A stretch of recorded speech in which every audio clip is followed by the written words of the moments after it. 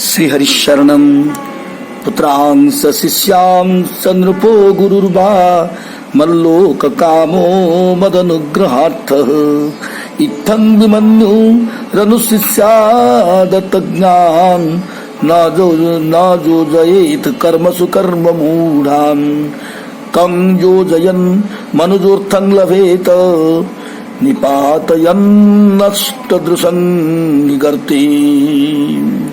यदि किसी मनुष्य को घर लौटने अर्थात ईश्वर के धाम वापस जाने की अभिलाषा हो तो उससे चाहिए कि वो भगवान के अनुग्रह को जीवन का परम लक्ष्य माने।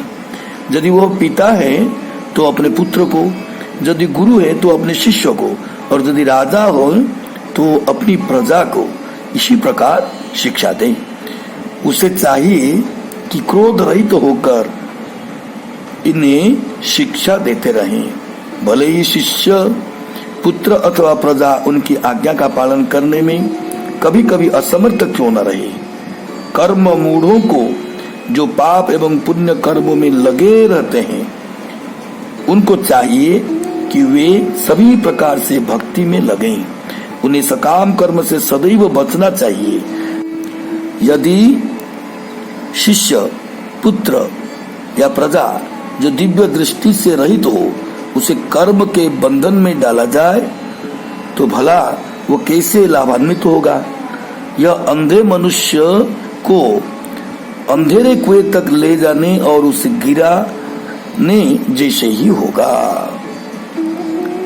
लोकस्वयं श्रेयसि नष्ट दृष्टिर्योर्तान् समीहेत निकाम कामहुम् अन्योन्य वैर शुकलेश हेतो अनंत दुखम च न वेद मूढ़। अज्ञानवश भौतिकवादी व्यक्ति अपना सच्चा हित नहीं समझ पाता है। जो जीवन का कल्याणकारी मार्ग है वो भौतिक सुख की कामेच्छाओं से बंधा रहता है और उसकी सारी योजनाएं इसी एक कार्य के लिए तैयार की जाती है। ऐसा व्यक्ति क्षणिक सुख के लिए वैरपूर्ण समाज की सृष्टि करता है और अपनी मानसिकता के कारण वो दुख के सागर में कूद पड़ता है। ऐसे मूर्ख व्यक्ति को इसका ज्ञान भी नहीं होता।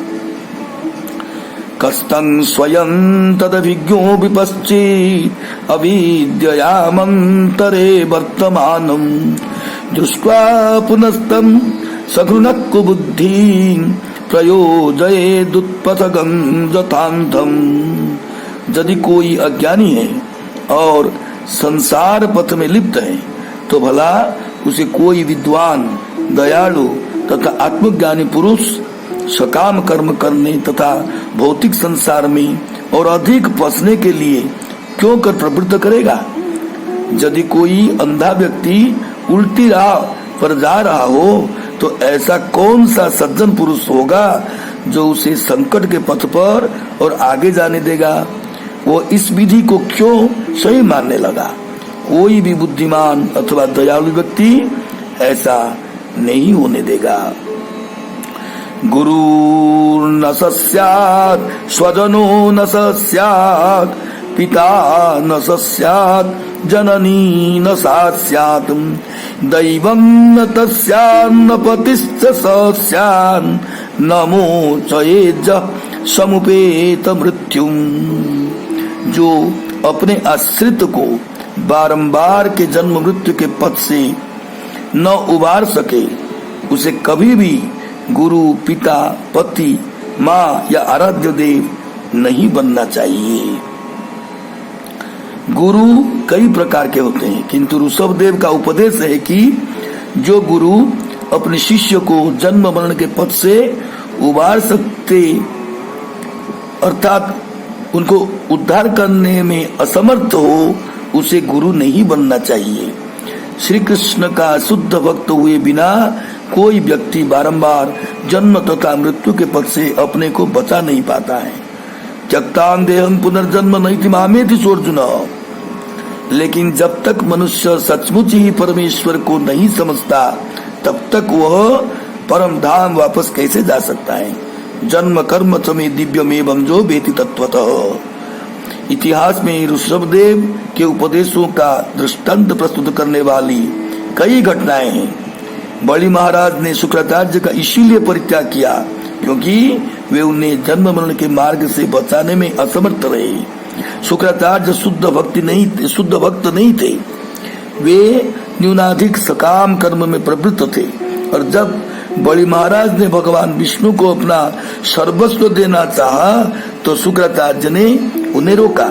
वास्तव में मनुष्य से आशा की जाती है कि वो अपना सर्वस्व ईश्वर को अर्पित कर दे क्योंकि सब कुछ उन्हीं का है। फलस्वरूप परमेश्वर ने भगवत गीता में उपदेश दिए हैं, यत् करोसि यदस्नासि जूहोसि ददासि जत तपस्वसि कौन्तेय तत्कुरुस्व मदर्पणम। हे कौन्तेय, तू जो भी कर्म करता है, जो कुछ खाता है, जो कुछ यज्ञ करता है या जो भी दान देता है और तपस्या करता है वह सब मुझे अर्पित करो। यह भक्ति है। बिना भक्त बने कोई मनुष्य परमेश्वर को सर्वस्व अर्पित नहीं कर सकता और जब तक वह ऐसा नहीं करता तब तक वह गुरु, पति, पिता या माता नहीं बन सकता।